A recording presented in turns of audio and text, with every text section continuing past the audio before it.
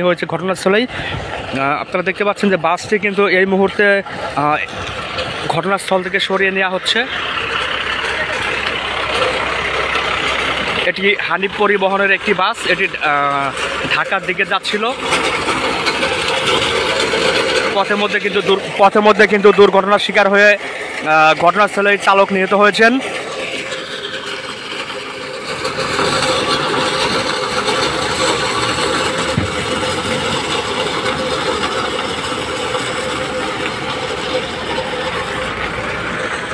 আপনারা দেখলেন যে বাসটি দেখলেন, বাসের কিন্তু সামনের অবস্থা একেবারে ভয়াবহ অবস্থা। এই ঘটনায় কিন্তু বাসের চালক নিহত হয়েছেন, আহত হয়েছেন আরও 15 জন।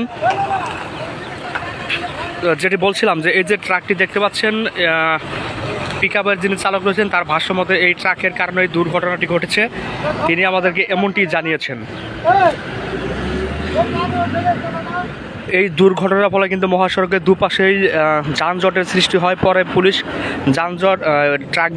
ট্রাক এবং বাসটি সরিয়ে রাস্তার দুই পাশে নিয়ে গেলে কিন্তু যান চলাচল স্বাভাবিক হতে শুরু করে। এখন মোটামুটি যান চলাচল একেবারে স্বাভাবিক রয়েছে।